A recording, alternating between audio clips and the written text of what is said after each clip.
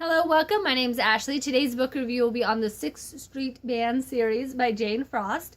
I got the opportunity to read the series as well as an early release copy of the last book of the series. So we're just going to go through it book by book so I can let you guys know what I think. The first book, Gone For You, is Lillian Cameron's story. Lily is this amazingly well-written character who has a stutter. Her parents kind of pushed her towards business, but more importantly, her mother kind of thinks of her stutter as failure, and so unfortunately looks down on Lily because of it. Lily works at the mansion where the band is going to be staying for a little while, and that's how her and Cameron get to know each other. Cameron falls basically head over heels for Lily right away. At the beginning, he thinks it's attraction. Pretty quick after that, he realizes that there's more to it than just that, and they have this whirlwind romance. This is probably the most innocent of all of the books, at least in my opinion it is. Mainly, these two people are attracted to each other and fall in love with each other. It's a very cute story. All of the books are erotic, but this is probably the most PG of all of them, I should say. The first two books are written from the band members' perspective and don't go dual points of view. After that, books 3 and 4 do. So halfway through this series, that's going to switch. I kind of wish they would have stayed with the single point of view, only because I found it refreshing. So many series now do dual points of view. I thought it was kind of nice that they didn't at the beginning. Book 2 is Melody and Christian's story. It's called Fall With Me, and it is probably one of my favorite because Melody's this really smart woman who is studying disease. Christian's a really smart guy whose father's a mathematician and really was trying to push him towards that because he chose to go into music. He kind of let his father down. Melody doesn't have any parents. Her mother passed away and she never knew her father. She was raised by her grandparents. Her grandfather passed away and her grandmother is going to be part of this book, and for the most part that's the reason she studied diseases, is because her grandmother has an illness that makes it where it's extremely hard for her to speak. Maybe she says 6 words through the whole book. And then on top of that, she has extremely hard time moving. I forget the name of it, but it's a really rare disease. And one of the things that they talk about in this book is the rare diseases don't get the same funding and research as more mainstream illnesses, such as diabetes. Mel suffers from diabetes, and that's what she's going into when it comes to her research, because there's financial backing there. Anyways, really good book, and I thought it was great that they were intelligent characters. It wasn't that just because Christian was in a band he couldn't be intelligent, so I just found that part of it unique and creative for band members. Book 3, Missing for Me, was the most challenging book in the series for me. This is about Annabelle and Sean, and the reason it's so difficult is because they have a child together that Sean's not aware of. Her name is Willow.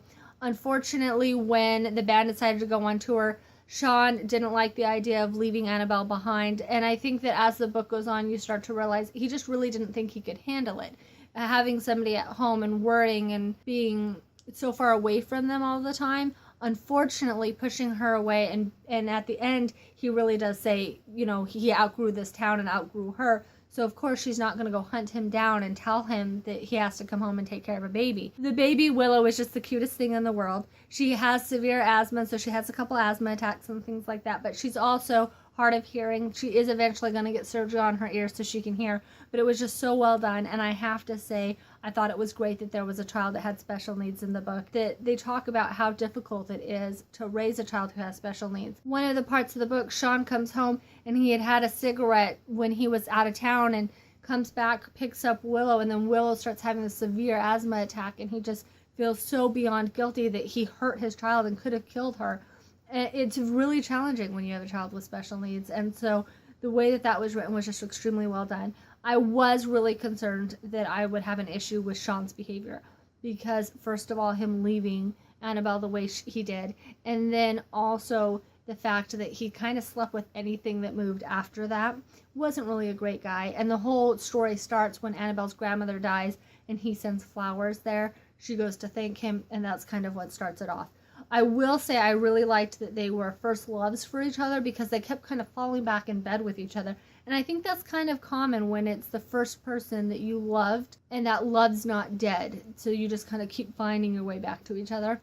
Overall, really liked it. And more importantly, I really liked the end of it because Sean had to realize that his entire life it's kind of always been about him, and he expected Anna to fall into his life, and so he has to learn how to let her succeed and to join her life that way. It was really good. The last book of this series up to this point is Chase and Tyrande's story. Chase, as I mentioned, is Cameron's brother, kind of the backbone for this band and for all of the characters up to this point, which is why I thought it was such an amazing choice that Jayne made it where he falls apart. That's really what happens to his life in his book.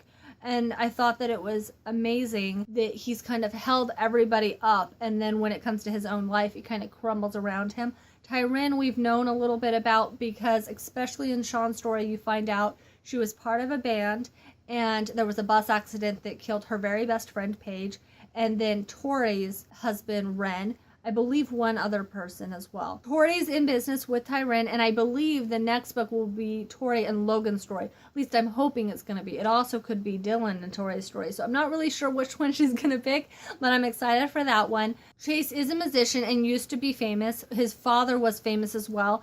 Unfortunately, at a very young age, Chase became addicted to drugs. I think it was somewhere around 12, and then he quit at 18. He was sober for 10 years. This book is about when he falls off the wagon. One of my favorite things about this was it wasn't something huge that impacted his life that caused him to fall off the wagon.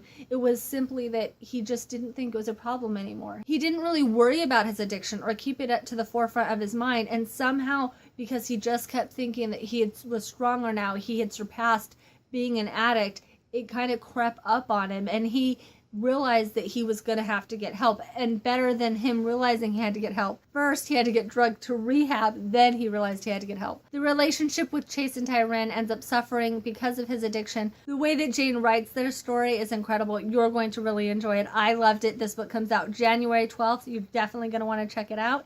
If you like this review, go ahead and like it. If you have any questions or comments, as always, leave those down below. If you want my reviews every week, subscribe. Thank you all for joining me, and I will see you again soon.